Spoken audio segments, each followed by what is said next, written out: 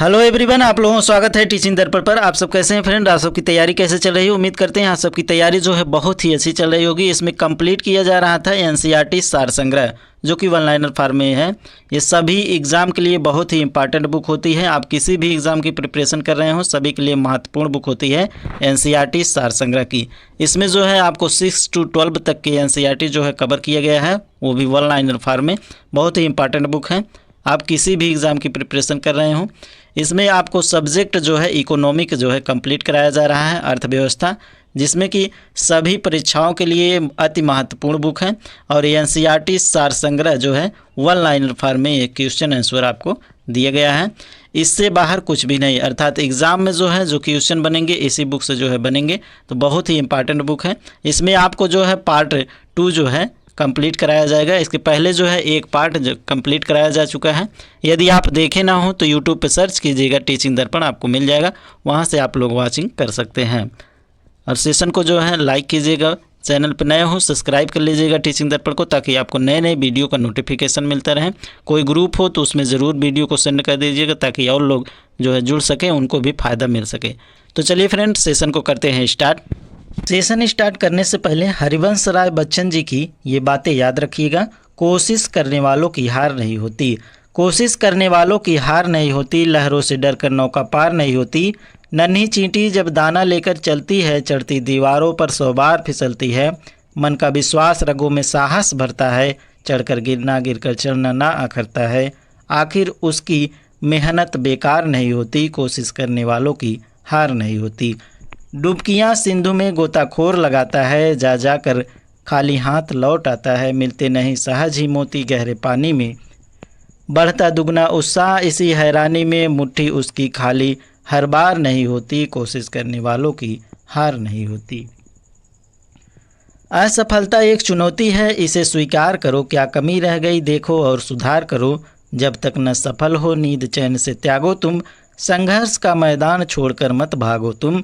कुछ किए बिना ही जय जयकार नहीं होती, कोशिश करने वालों की हार नहीं होती। ये जो है टीचिंग दर्पण का लोगो है फ्रेंड, आप सब जानते हैं। इसको जो है सब्सक्राइब कर लीजिएगा, और सब्सक्राइब करके बेल आइकन जरूर प्रेस कर दीजिएगा, ताकि आपको नए नए वीडियो का नोटिफिकेशन मिलता रहे। टॉपिक है आपका मुद्रा एवं बैंकिंग प्रणाली। तो इससे रिलेटेड जो भी क्वेश्चन अब तक के पूछे गए हैं, सबको वन लाइनर फॉर्म में देखेंगे फ्रेंड। मुद्रा किसे कहते हैं, मनी किसे कहते हैं? तो कोई भी वस्तु जो सभी प्रकार की आर्थिक व्यवहारों, जिसमें कि ऋण भी सम्मिलित हो, को पूरा करने में तथा भुगतान के माध्यम के रूप में सामान्यतः स्वीकार की जाती है, उसे मुद्रा कहते हैं, मनी कहते हैं। एक बार फिर से देख लीजिए। कोई भी वस्तु जो सभी प्रकार के आर्थिक व्यवहारों, जिसमें ऋण भी सम्मिलित हो, को पूरा करने के तथा भुगतान के माध्यम के रूप में सामान्यतः स्वीकार की जाती है, उसे मुद्रा कहते हैं।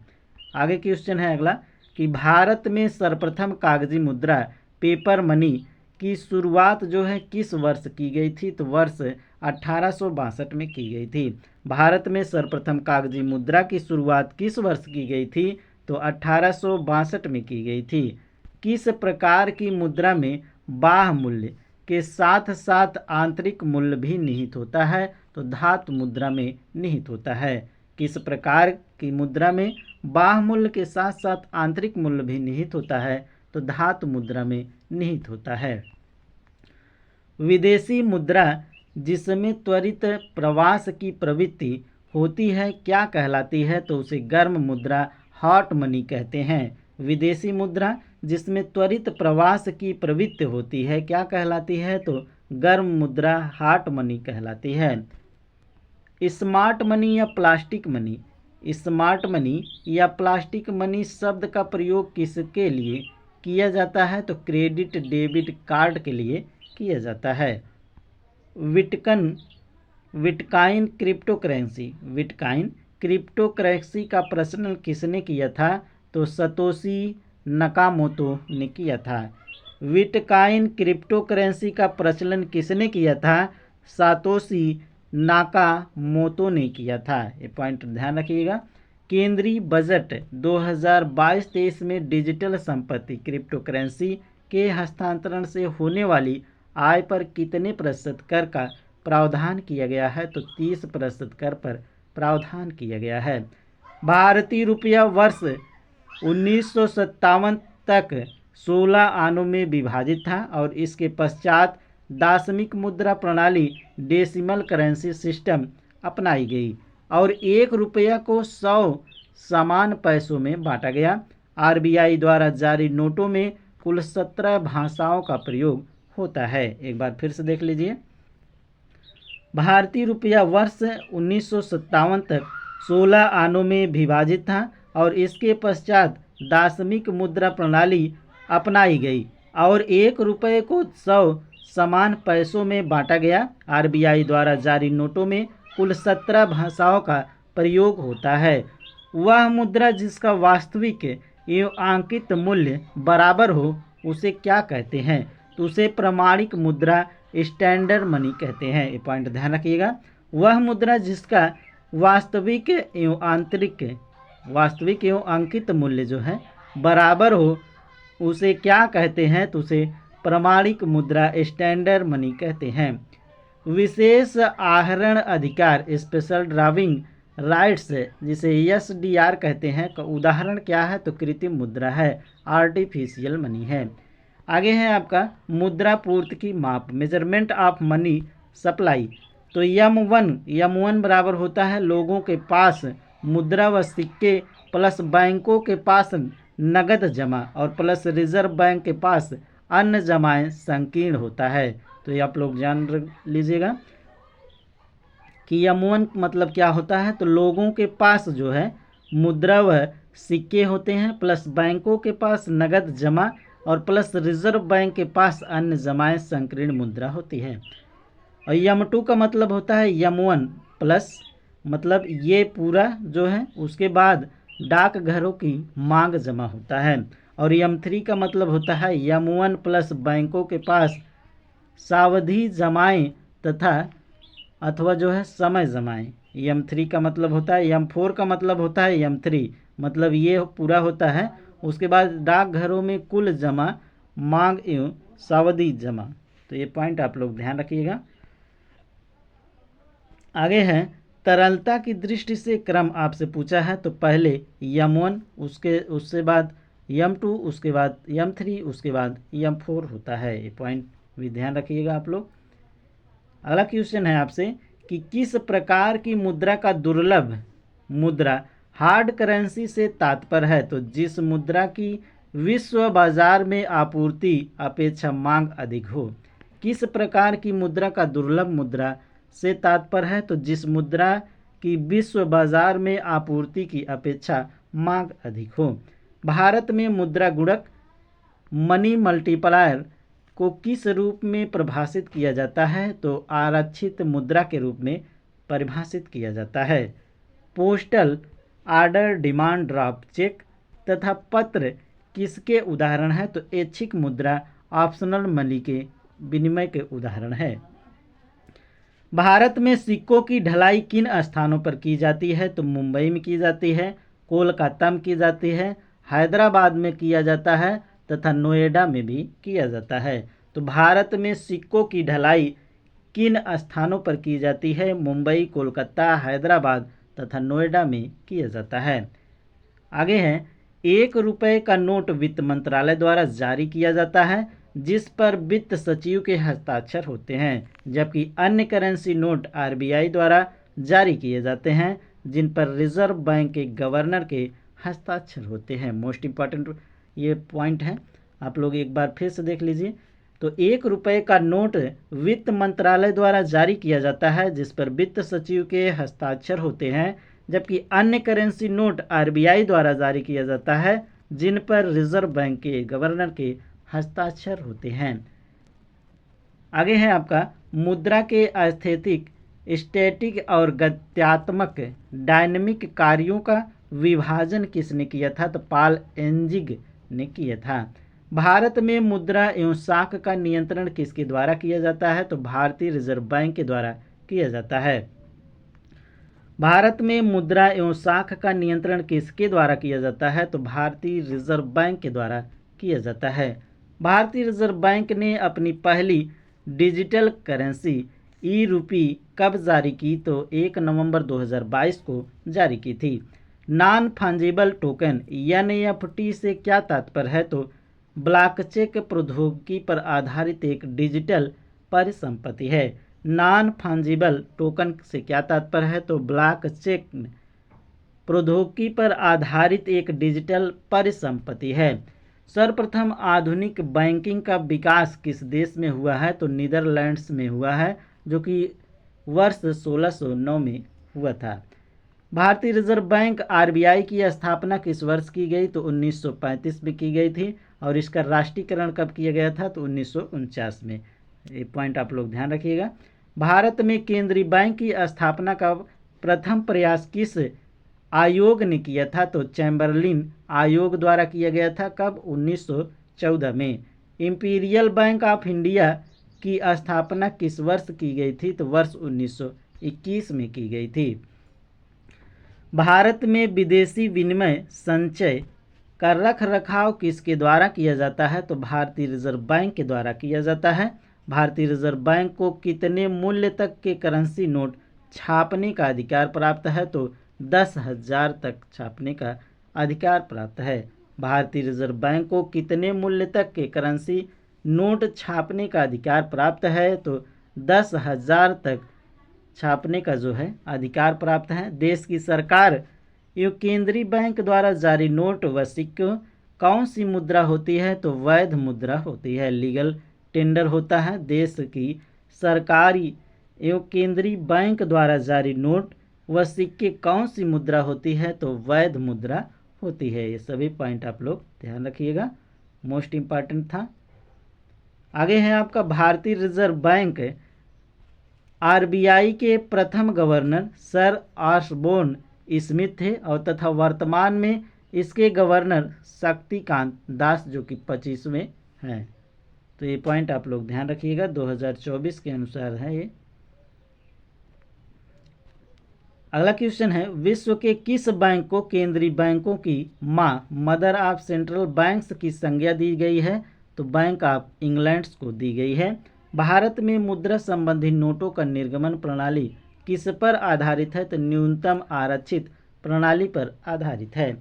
न्यूनतम आरक्षित पद्धति मिनिमम रिजर्व सिस्टम के अंतर्गत एक वित्तीय वर्ष में नए नोट निर्गमित करने की प्रक्रिया में भारतीय रिजर्व बैंक रुपए 200 करोड़ का एक संरक्षित कोष रखेगी, जिसमें 115 करोड़ मूल्य का सोना, गोल्ड तथा 85 करोड़ की अंतर्राष्ट्रीय मुद्रा इंटरनेशनल करेंसी होगी। तो एक बार फिर से देख लीजिए, न्यूनतम आरक्षित पद्धति के अंतर्गत एक वित्तीय वर्ष में नए नोट निर्गमित करने की प्रक्रिया में भारतीय रिजर्व बैंक 200 करोड़ का एक संरक्षित कोष रखेगी और जिसमें जो है 115 करोड़ मूल्य का सोना होगा और तथा 85 करोड़ की अंतर्राष्ट्रीय मुद्रा होगी। भारत में ट्रेजरी बिल किसके द्वारा बेचे जाते हैं? तो भारतीय रिजर्व बैंक के द्वारा बेचे जाते हैं। भारत में सिक्के जारी करने तथा नियंत्रण करने का कार्य कौन करता है? तो रिजर्व बैंक ऑफ इंडिया करता है। प्रथम क्षेत्रीय ग्रामीण bank, first regional rural bank की स्थापना किस वर्ष की गई थी? तो वर्ष 1975 में की गई थी। वाणिज्य पत्र किसके लिए साख का स्रोत होता है? तो निगम उद्योग के लिए होता है। इंद्रधनुष योजना का संबंध किससे है? तो बैंकों की वित्तीय सुधार से संबंधित है। वर्ष 2011 में सूक्ष्म वित्तीय संस्थाएं माइक्रो फाइनेंस इंस्टीट्यूट किस समिति की अनुशंसा पर स्थापित की गई थी? तो YM मालेगाम समिति पर आधारित की गई थी। भारतीय रिजर्व बैंक के लेखा अकाउंटिंग ईयर की अवधि है तो 1 जुलाई से 30 जून तक है।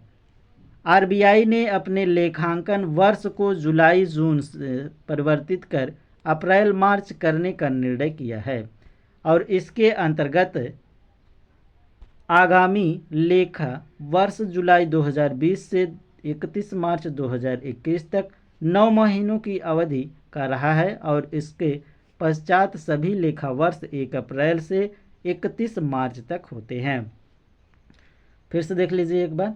आरबीआई ने अपने लेखांकन वर्ष को जुलाई जून से परिवर्तित कर अप्रैल मार्च करने का निर्णय किया है, जिसके अंतर्गत आगामी लेखा वर्ष जुलाई 2020 से 31 मार्च 2021 तक 9 महीनों की अवधि का रहेगा और इसके पश्चात सभी लेखा वर्ष 1 अप्रैल से 31 मार्च तक होते हैं।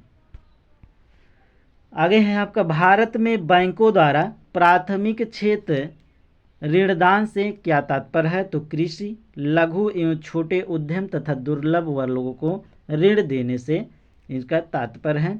ग्रेशम का नियम किससे संबंधित है? तो मुद्रा के प्रचलन से संबंधित है। ग्रेशम का नियम किससे संबंधित है? तो मुद्रा के प्रचलन से संबंधित है। वाणिज्यिक बैंक किस सूची के अंतर्गत आते हैं? तो संघ सूची के अंतर्गत आते हैं। ये पॉइंट आप लोग ध्यान रखिएगा।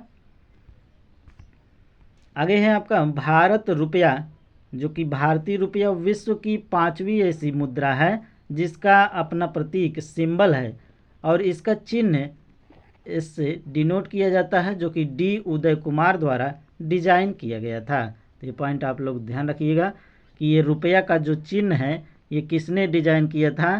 तो डी डॉक्टर उदय कुमार जी ने डिजाइन किया था। ये पॉइंट आप लोग ध्यान रखिएगा। फिर से एक बार देख लीजिए, भारतीय रुपया विश्व की 5वीं ऐसी मुद्रा है जिसका अपना प्रतीक है और इसका चिन्ह आप लोग जानते हैं ऐसे लिखा जाता है और इसको डी उदय कुमार द्वारा डिजाइन किया गया था। नरसिम्हन समिति का संबंध किससे है? तो बैंकिंग संरचना में सुधार से संबंधित है। भारत में व्यावसायिक बैंकों द्वारा शाखा सृजन, क्रेडिट क्रिएशन का नियंत्रण कौन करता है? तो भारतीय रिजर्व बैंक करता है। ग्रामीण परिवारों को सीधे ऋण कौन प्रदान करता है? तो क्षेत्रीय ग्रामीण बैंक और भूमि विकास बैंक प्रदान करता है। ग्रामीण परिवारों को सीधे ऋण कौन प्रदान करता है? तो क्षेत्रीय ग्रामीण बैंक और भूमि विकास बैंक प्रदान करता है। मूल रूप से निजी स्वामित्व वाला भारतीय रिजर्व बैंक का भारत सरकार के पूर्ण स्वामित्व में कब आया? तो 1 जनवरी 1949 को आया था। मूल रूप से निजी स्वामित्व वाला भारतीय रिजर्व बैंक भारत सरकार के पूर्ण स्वामित्व में कब आया? तो 1 जनवरी 1949 को आया। भारतीय रिजर्व बैंक का मुख्यालय हेडक्वार्टर कहाँ स्थित है? तो मुंबई में स्थित है। भारतीय रिजर्व बैंक के 4 मुद्रालय हैं। कौन कौन से? देवास जो कि मध्य प्रदेश में, नासिक जो कि महाराष्ट्र में, मैसूर जो कि कर्नाटक में और सालबोनी जो कि पश्चिम बंगाल में स्थित है। एक बार फिर से देख लीजिए, भारतीय रिजर्व बैंक के 4 मुद्रालय हैं, जो कि पहला है देवास मध्य प्रदेश में, नासिक महाराष्ट्र में, मैसूर कर्नाटक में, सालबोनी जो कि पश्चिम बंगाल में स्थित है। भारत का केंद्रीय बैंक या बैंकों का बैंक किसे कहा जाता है? भारतीय रिजर्व बैंक को कहा जाता है। भारत का केंद्रीय बैंक, बैंकों का बैंक किसे कहा जाता है? तो भारतीय रिजर्व बैंक को कहा जाता है। भारतीय स्टेट बैंक जिसे एसबीआई कहते हैं की स्थापना किस वर्ष हुई? तो वर्ष 1955 में हुई थी। सिंपली क्लिक क्रेडिट कार्ड योजना किस बैंक द्वारा शुरू की गई है? तो ये भारतीय स्टेट बैंक द्वारा शुरू की गई है। भारत में प्रथम महिला बैंक की स्थापना कब और कहाँ की गई थी? तो ये 19 नवंबर 2013 को मुंबई में की गई थी। भारत के किस बैंक ने चीन में सबसे पहले अपनी शाखा स्थापित की थी? तो भारतीय स्टेट बैंक ने सबसे पहले अपनी शाखा स्थापित की थी। निजी भारतीयों बैंकों में से किसने चीन में सर्वप्रथम अपनी शाखा स्थापित की है? तो एक्सिस बैंक ने स्थापित की है। आगे है सार्वजनिक क्षेत्र के 12 बैंक। तो भारतीय स्टेट बैंक है, दूसरा है बैंक ऑफ इंडिया, तीसरा है बैंक ऑफ बड़ौदा, चौथा है बैंक ऑफ महाराष्ट्र, पांचवा है यूनियन बैंक ऑफ इंडिया और छठा जो है आपका यूको बैंक है। सातवां है आपका पंजाब नेशनल बैंक, आठवां है इंडियन ओवरसीज बैंक, नौवां बैंक है आपका सेंट्रल बैंक ऑफ इंडिया और 10वां है पंजाब एंड सिंध बैंक और 11वां जो कि आपका है इंडियन बैंक और 12वां जो है केनरा बैंक है। तो यह आप लोग ध्यान रखिएगा ये सभी पॉइंट। आगे है आपका विश्व का प्रथम केंद्रीय बैंक स्वेरिजेस रिक्स बैंक जिसकी स्थापना 1668 में स्वीडन में हुई थी। विश्व का प्रथम केंद्रीय बैंक स्वेरिजेस रिक्स बैंक, और जिसकी स्थापना 1668 में स्वीडन में की गई थी। ये पॉइंट आप लोग ध्यान रखिएगा। आगे है भारतीय रिजर्व बैंक के कौन से पूर्व गवर्नर भारत के प्रधानमंत्री बने हैं? तो डॉक्टर मनमोहन सिंह बने हैं। भारत में बैंकिंग व्यवस्था के विस्तार एवं वित्तीय समावेशन को ध्यान में रख कर के 19 जुलाई 1969 तथा 15 अप्रैल 1980 को क्रमशः 14 एवं 6 बड़े व्यावसायिक बैंकों का राष्ट्रीयकरण नेशनलाइजेशन किया गया था। एक बार फिर से देख लीजिए।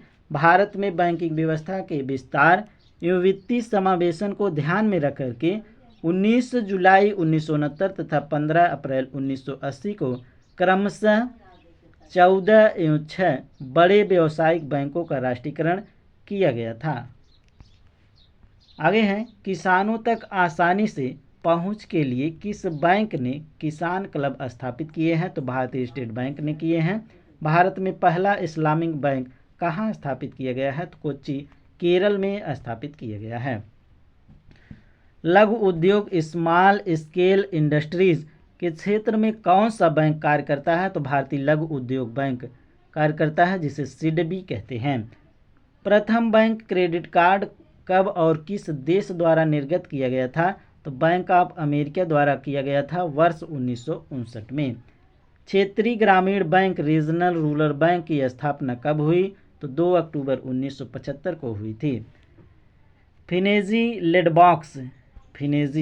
लेडबॉक्स लिडन क्लब स्पीच सर्कल और फेयर सेट आदि जो है पीयर टू पीयर ऋण उपलब्ध कराने वाले कुछ प्रमुख प्लेटफॉर्म्स हैं। फिर से एक बार देख लीजिए। फिनेजी लेडबॉक्स लिडन क्लब रूपी सर्कल और फेयर सेट आदि पीयर टू पीयर ऋण उपलब्ध कराने वाले कुछ प्रमुख प्लेटफॉर्म्स हैं। भारत के किन राज्यों में क्षेत्रीय ग्रामीण बैंक आरआरबी कार्यरत नहीं है? तो सिक्किम एवं गोवा में कार्यरत नहीं है। भारत के किस व्यावसायिक बैंक कमर्शियल बैंक ने सबसे पहले चलती फिरती एटीएम मोबाइल एटीएम सेवा की शुरुआत की है? तो आईसीआईसीआई बैंक द्वारा किया गया है। ध्यान रखिएगा। भारत के किस व्यावसायिक बैंक ने सबसे पहले चलती फिरती एटीएम सेवा की शुरुआत की है? तो आईसीआईसीआई बैंक द्वारा किया गया है। लघु एवं मध्यम उद्योगों को ऋण उपलब्ध कराने हेतु किस समिति का गठन किया गया था? तो नायक समिति का गठन किया गया था वर्ष 1993 में। भारत में नाबार्ड जो है किन बैंकों को पुनर्वित्त उपलब्ध कराता है? तो अनुसूचित व्यापारिक बैंकों, क्षेत्रीय ग्रामीण बैंकों को तथा राज्य भूमि विकास बैंकों को ये ऋण प्रदान करता है। भारत में नाबार्ड किन बैंकों को पुनर्वित्त उपलब्ध कराता है? तो अनुसूचित व्यापारिक बैंकों और क्षेत्रीय ग्रामीण बैंकों, राज्य भूमि विकास बैंक को ये प्रदान करता है। नाबार्ड का मुख्यालय कहाँ स्थित है? मोस्ट इंपॉर्टेंट क्वेश्चन है। नाबार्ड का मुख्यालय कहाँ स्थित है? तो मुंबई में स्थित है।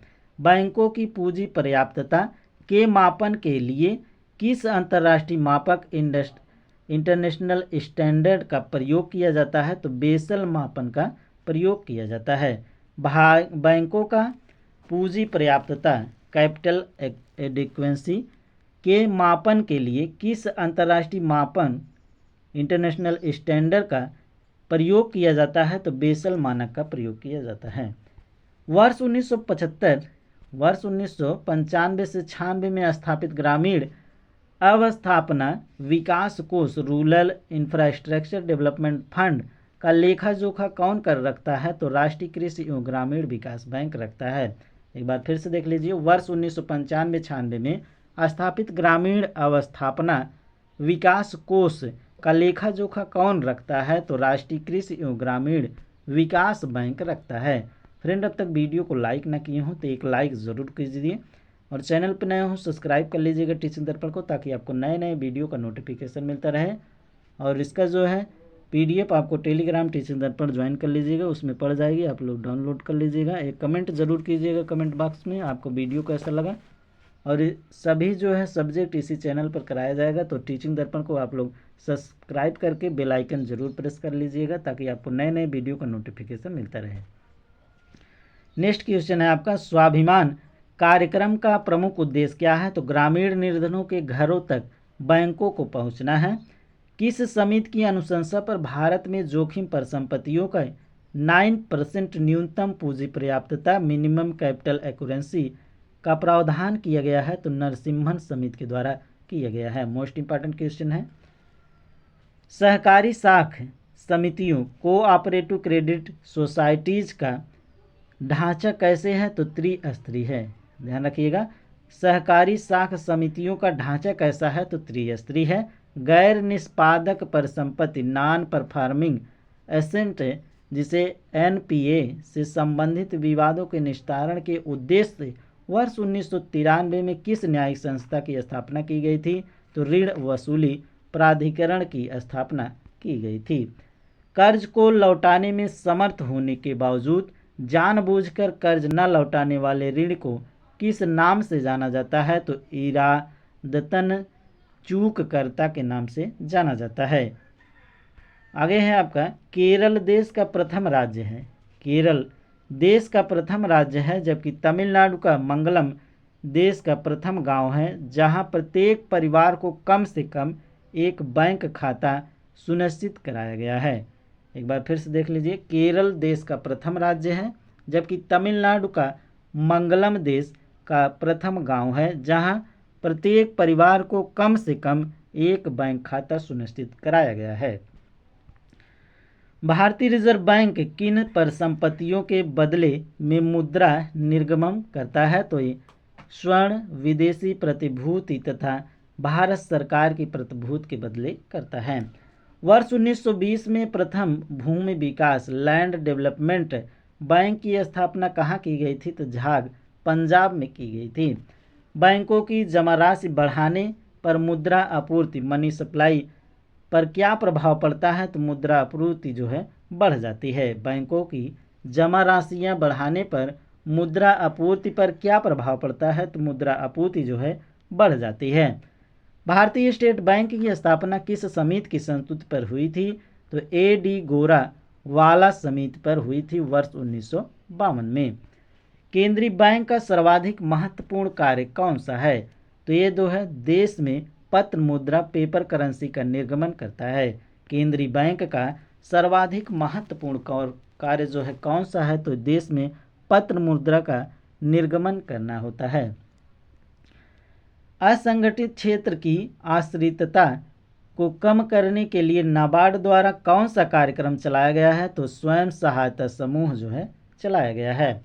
गुजरात में सेल्फ एम्प्लॉयड वुमेन एसोसिएशन जिसे सेवा कहते हैं और केरल में कुदुम्बश्री जैसे स्वयं सहायता समूह सूक्ष्म वित्त पोषण तथा उद्यम परीक्षण हेतु जो है स्थापित किए गए हैं। एक बार फिर से देख लीजिए, गुजरात में सेल्फ एप्लाइड वुमेन एसोसिएशन और केरल में कुदुम्बश्री जैसे स्वयं सहायता समूह सूक्ष्म वित्त पोषण तथा उद्यम प्रशिक्षण हेतु स्थापित किए गए हैं। ध्यान रखिएगा। आगे है, शिव रमन सिंह समिति की अनुशंसा पर वर्ष 1982 में राष्ट्रीय कृषि एवं ग्रामीण विकास बैंक नाबार्ड की स्थापना की गई थी। शिवरमन सिंह समिति की अनुशंसा पर वर्ष 1982 में राष्ट्रीय कृषि एवं ग्रामीण विकास बैंक नाबार्ड की स्थापना की गई थी। नेक्स्ट टॉपिक है आपका मुद्रास्फीति एवं मौद्रिक नीति। तो इससे रिलेटेड जो भी क्वेश्चन बने हैं अब तक के वो सभी जो है कंप्लीट करेंगे।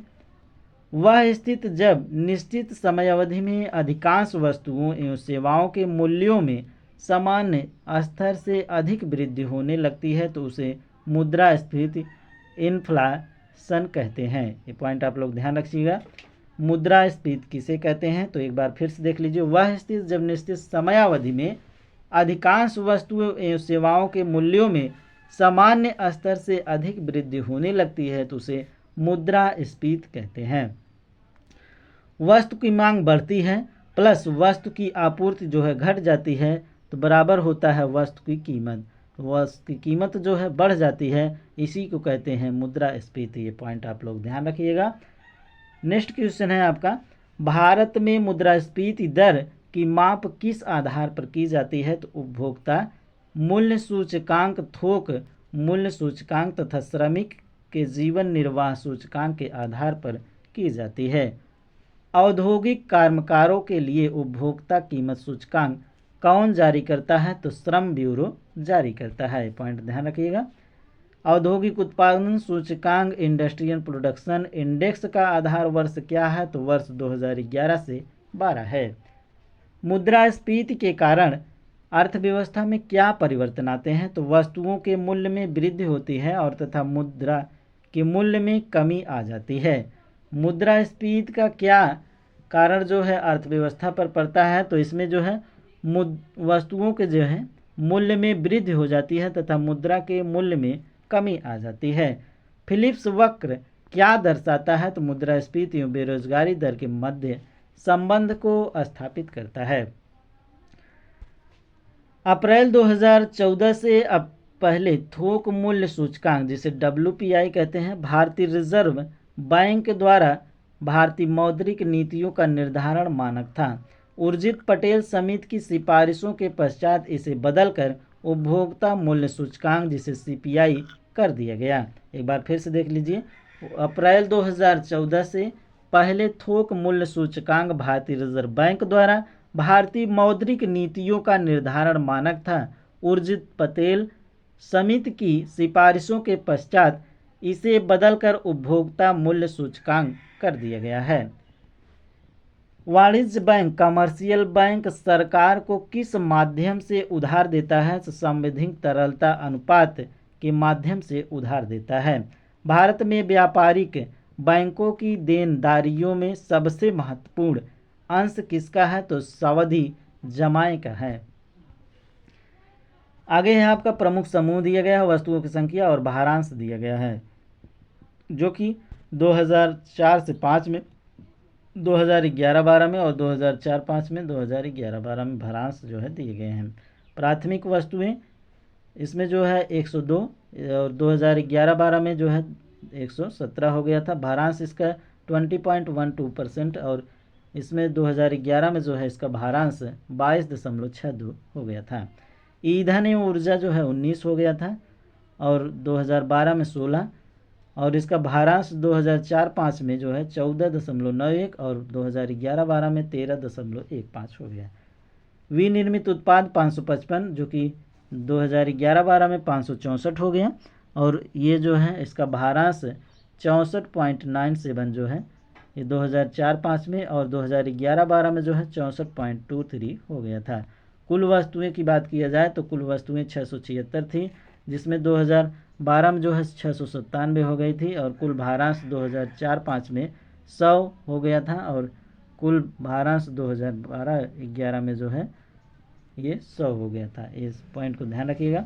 वह स्थिति जब मुद्रास्फीति इन्फ्लेशन एवं मुद्रा संकुचन डिफ्लेशन की अवस्था साथ साथ उपस्थित हो तो उसे क्या कहते हैं? इक्यूफ्लेशन कहते हैं।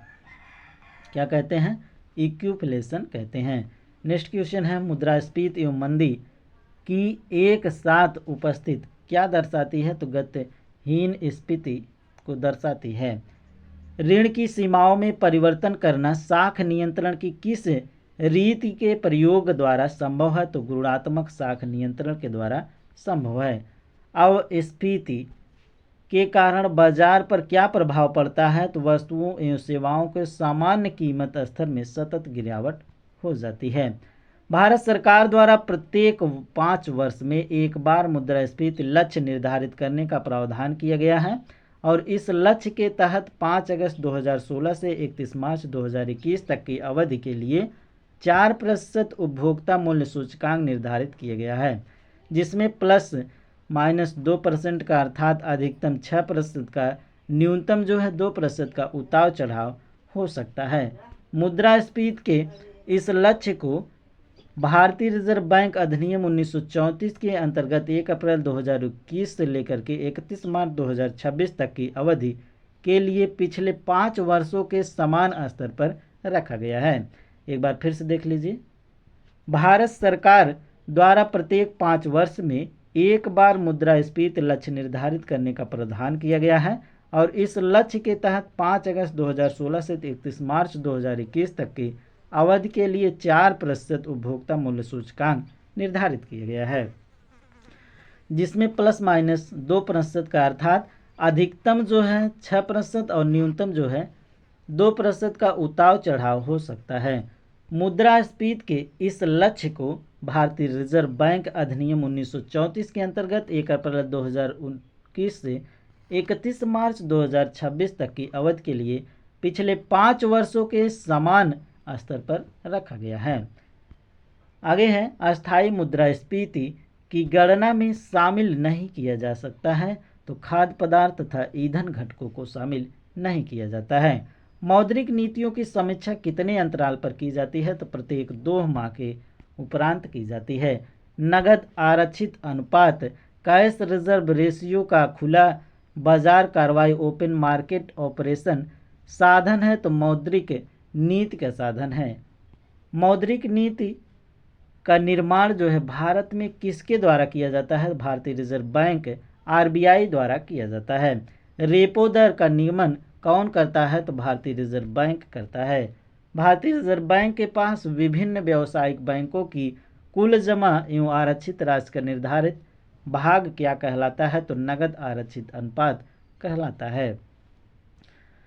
जब भारतीय रिजर्व बैंक नगद आरक्षित अनुपात में वृद्धि की घोषणा करता है तो इसका क्या तात्पर्य है तो वाणिज्य बैंकों के पास उधार देने के लिए मुद्रा की कमी होती है। वह ऋण पत्र जिसके धन वापसी की समय सीमा निश्चित हो उसे कहा जाता है शोधनीय ऋण पत्र कहा जाता है। ये पॉइंट आप लोग ध्यान रखिएगा, मोस्ट इम्पॉर्टेंट है सभी। आगे है हेलीकॉप्टर मुद्रा। हेलीकॉप्टर मुद्रा की अवधारणा का प्रतिपादन सर्वप्रथम अमेरिकी अर्थशास्त्री मिल्टन फ्रीडमैन ने किया था। हेलीकॉप्टर मुद्रा की अवधारणा का प्रतिपादन सर्वप्रथम अमेरिकी अर्थशास्त्री मिल्टन फ्रीडमैन ने किए थे। आगे है आपका राज्य भविष्य निधि के अंतर्गत सरकार जो प्राप्त मुद्रा किस कोष में जमा करता है तो सार्वजनिक लेखन निधि में जमा करता है। भारत में मुद्रास्फीति मापन की सबसे लोकप्रिय माप क्या है तो उपभोक्ता मूल्य सूचकांक है। यदि किसी अर्थव्यवस्था में वस्तुओं एवं सेवाओं की मांग की अपेक्षा आपूर्ति अधिक हो जाती है तो इनकी जो है कीमतों में गिरावट आती है जिसे मुद्रा संकुचन कहा जाता है। आगे है ऑपरेशन ट्विस्ट। ऑपरेशन ट्विस्ट किसे के द्वारा प्रारंभ किया जाता है तो रिजर्व बैंक के द्वारा प्रारंभ किया जाता है। ऑपरेशन ट्विस्ट किसके द्वारा प्रारंभ किया जाता है तो ये रिजर्व बैंक के द्वारा प्रारंभ जो है किया गया है। अनुसूचित वाणिज्यिक बैंक किसानों एवं ग्राहकों को जिस दर पर ऋण देते हैं उसे क्या कहा जाता है तो आधार कहा जाता है, बेस रेट कहा जाता है। उपभोक्ता मूल्य सूचकांक की गणना किस आधार पर की जाती है तो वस्तुओं एवं सेवाओं दोनों के कीमतों के आधार पर किया जाता है। भारत में कर्मचारियों की महंगाई भत्ते का निर्धारण का आधार क्या है तो उपभोक्ता कीमत सूचकांक है। उपभोक्ता मूल्य सूचकांक किसके द्वारा संकलित किया जाता है? केंद्रीय सांख्यिकी संगठन सीएसओ के द्वारा संगठित किया जाता है। किस समिति की अनुशंसा पर थोक मूल्य सूचकांक का आधार वर्ष 2004-05 से बदल करके 2011-12 में किया गया था? सौमित्र चौधरी समिति के अनुशंसा पर किया गया था।